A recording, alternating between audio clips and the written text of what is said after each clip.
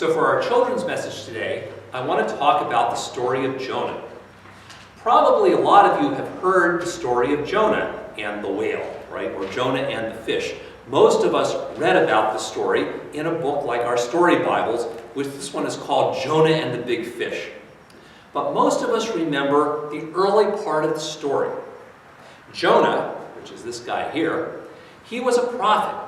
He was somebody that God said, I want you to go and I want you to talk to people in this big city called Nineveh.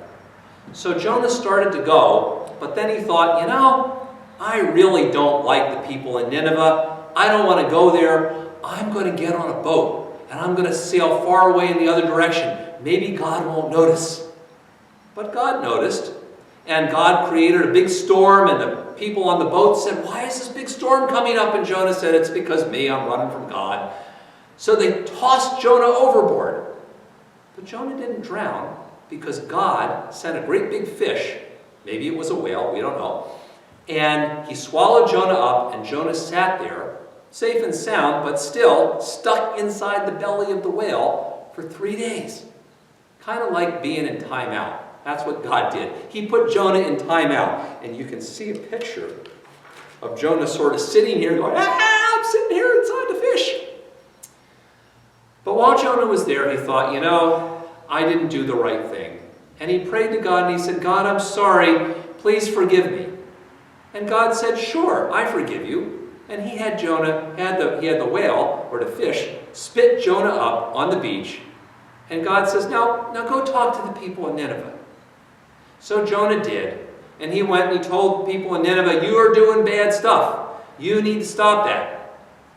And amazingly, the people in Nineveh went, oh, you're right. Oh my gosh, God, we're sorry. And they put on sackcloth and they sat in ashes and they said, God, please forgive us. So you know what God did? God forgave them. He said, okay, I forgive you too. And that's where our story starts today.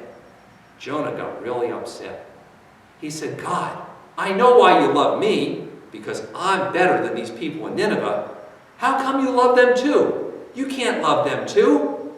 Basically, God said in today's story, sure I can. I love them just like I love you.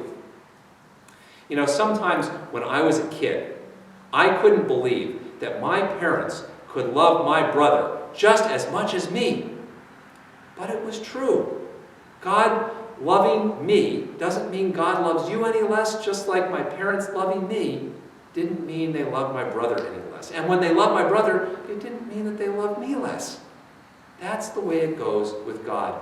And that's one of the most important things and the reasons we have the story of Jonah, is to remind us that God loves all of us, all the time. And if God loves one of us, it doesn't mean that God loves another person less. Thanks for listening.